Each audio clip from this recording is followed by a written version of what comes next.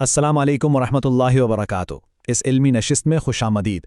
آج ہم اصول فقہ کے کچھ بہت ہی بنیادی اور اہم قواعد کا مطالعہ کرنے جا رہے ہیں، اور ہماری اس گفتگو کی بنیاد شیخ عبد الرحمن بن ناصر السعدی رحمہ اللہ کی شرح آفاق تصنیف منظومۃ القواعد الفقہیہ پر ہوگی۔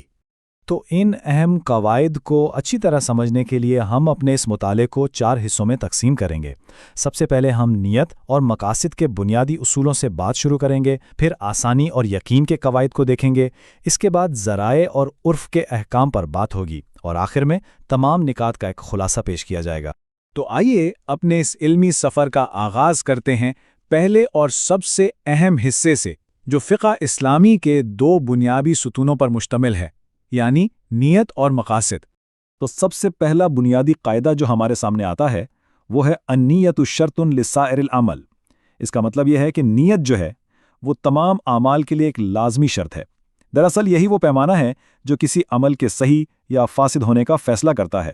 نیت کے بغیر کوئی بھی عمل شرعی طور پر معتبر نہیں سمجھا جاتا۔ اور اس عظیم اصول کی بنیاد ہمیں خود قرآن مجید میں ملتی ہے، جیسا کہ سورۃ البینہ میں ارشاد ہے کہ اور انہیں اس کے سوا کوئی حکم نہیں دیا گیا کہ وہ اللہ کی عبادت کریں، اپنے دین کو اسی کے لیے خالص کرتے ہوئے۔ یہاں یہ جو لفظ مخلصین استعمال ہوا ہے نا، یہی خالص نیت کی طرف اشارہ کرتا ہے۔ قرآن مجید کے بعد اس قاعدے کی سب سے واضح دلیل ہمیں حدیث نبوی صلی اللہ علیہ وآلہ وسلم میں ملتی ہے، اور یہ وہ مشہور حدیث ہے جس سے فقہ کی بنیاد سمجھا جاتا ہے۔ اعمال کا دار و مدار نیتوں پر ہے، اور ہر شخص کے لیے وہی ہے جس کی اس نے نیت کی۔ یہی حدیث اس قاعدے کا اصل ماخذ ہے۔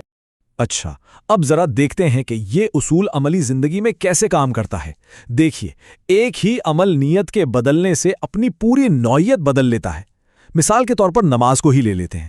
اگر یہ اللہ کی رضا کے لیے پڑھی جائے تو یہ عبادت ہے، لیکن اگر یہی نماز لوگوں کو دکھانے کے لیے ہو تو یہ لیاکاری بن جاتی ہے۔ بالکل اسی طرح کسی کو تحفہ دینا اگر رضائے الہی کے لیے ہو تو باعث اجر ہے، مگر یہی تحفہ اگر رشوت کے طور پر دیا جائے تو ایک بڑا گناہ بن جاتا ہے۔ نیت کے بعد جو دوسرا بنیادی اصول ہے وہ یہ ہے کہ الدین مبنی علی المصالح۔ اس کا مفہوم یہ ہے کہ دین کی پوری عمارت مصالح پر قائم ہے، مطلب شریعت کا ہر حکم یا تو کوئی فائدہ حاصل کرنے کے لیے دیا گیا ہے یا پھر کسی خرابی کو دور کرنے کے لیے۔ بنیادی اصولوں کے بعد اب ہم اپنے مطالعے کے دوسرے حصے کی طرف بڑھتے ہیں۔ یہاں ہم 2 بہت ہی اہم قواعد پر بات کریں گے۔ ایک کا تعلق مشقت میں آسانی پیدا کرنے سے ہے، اور دوسرے کا تعلق شک اور یقین کے احکام سے ہے۔ یہ قاعدہ کل مشقت تجلب التیسیر اسلامی قانون کی رحمت اور شفقت کی بہترین عکاسی کرتا ہے۔ اس کا مطلب سیدھا سا یہ ہے کہ جب بھی کوئی شرعی حکم کسی غیر معمولی مشقت کا باعث بنتا ہے تو شریعت خود اس میں آسانی اور سہولت کا راستہ فراہم کرتی ہے۔ اور اس کی واضح دلیل ہمیں خود قرآن مجید میں ملتی ہے، جہاں اللہ تعالیٰ فرماتا ہے، اللہ تمہارے ساتھ آسانی کا ارادہ رکھتا ہے اور تمہارے ساتھ سختی کا ارادہ نہیں رکھتا۔ اسی حصے میں اگلا قاعدہ یقین کی اہمیت کے بارے میں ہے۔ الیقین لا یزول بالشک۔ اس کا مطلب یہ ہے کہ جو معاملہ کسی دلیل سے یقینی طور پر ثابت ہو چکا ہو، وہ محض بعد میں پیدا ہونے والے شک کی وجہ سے ختم نہیں ہو سکتا۔ یہ ایک اصول یاد رکھیے کہ یقین کو زائل کرنے کے لیے شک نہیں بلکہ ویسا ہی پختہ یقین درکار ہوتا ہے۔ اس کی بہترین مثال ہمیں حدیث نبوی صلی اللہ علیہ وسلم میں ملتی ہے۔ ایک شخص کے بارے میں سوال کیا گیا جسے نماز میں وضو ٹوٹنے کا شک ہوتا ہے، تو آپ صلی اللہ علیہ وسلم نے فرمایا کہ وہ نماز نہ چھوڑے یہاں تک کہ وہ کوئی آواز سن لے یا بو محسوس کر لے، یعنی وضو کا جو یقین تھا وہ محض شخص سے ختم نہیں ہوگا۔ آئیے اب اپنے تیسرے حصے کی طرف چلتے ہیں، جس میں ہم ذرائع اور معاشرتی رواج یعنی عرف سے متعلق نہایت اہم اصولوں کا جائزہ لیں گے۔ یہ ایک بہت ہی اہم اصول ہے۔ وسائل الامور کالمقاصد۔